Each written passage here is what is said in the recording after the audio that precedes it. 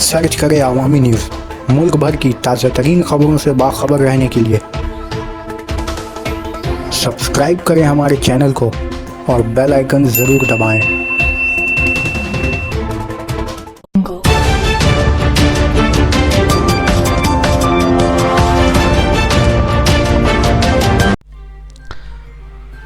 Salt lake में खातून driver ने तवाज़ुन खोकर car को दरख्त से टकराया।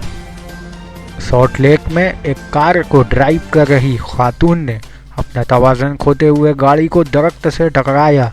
बताया जा रहा है कि विधाननगर पुलिस कमिश्नरेट इलाके में बिल्कुल सुबह हुए इस हादसे में कार चला रही खातून को हादसे के बाद फौरन इलाकाई लोगों ने रेस्क्यू करते हुए एक प्राइवेट नर्सिंग होम में दाखिल कराया है।